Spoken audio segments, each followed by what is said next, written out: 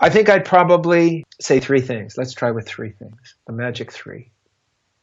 First of all, you have good questions. Believe that.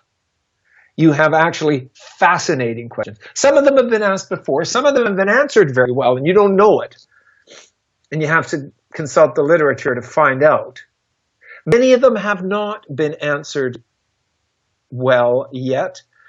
Certainly not in your context. So value your questions. Let's try that as a first kind of principle that I probably have driven a fair bit in individual conversations and workshops in the past.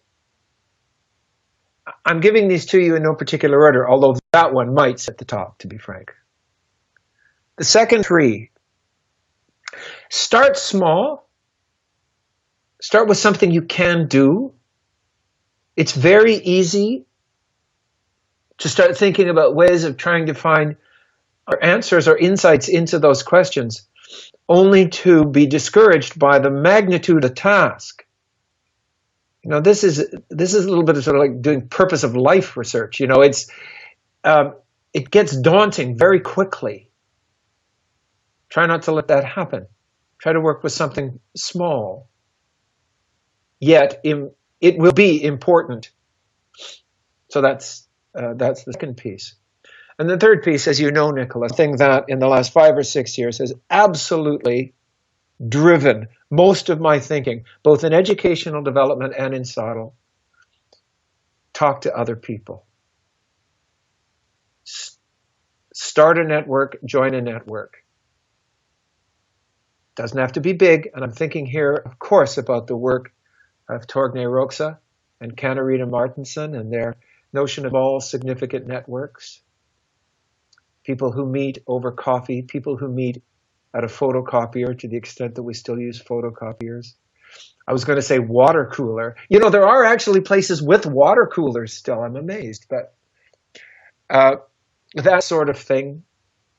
I work in a research center that tries to stop work at noon, come out into a common area, sit on couches and chairs and have people have lunch together. About 80% of the time, we just talk about hilarious drivel. But about 20% of the time, it really becomes helpful. So that's my network. It's a huge, huge value of that place that happens to be called the Center for Health Education Scholarship. And there's a lot going on there, but really it's about network. So I'm lucky. I found one. I got one.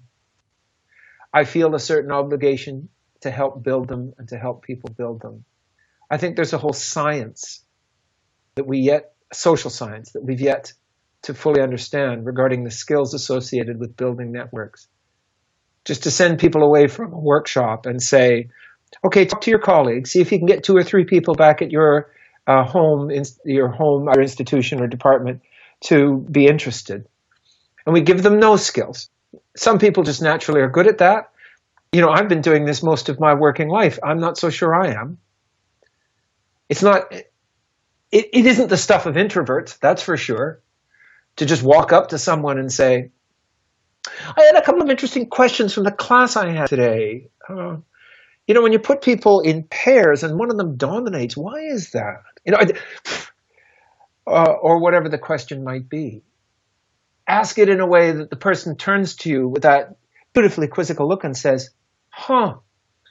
You know, that great, beautiful paralinguistic that can drive a great deal of what we do. You want to hear someone else say that about a thought you had, and you have an obligation to say that beautiful little monosyllable back. That's the third piece. So you value your questions, you keep them manageable in size, and you find other people who are like-minded. Boy, that's an oversimplification of a complex world. But anyway, let's run with it for a moment.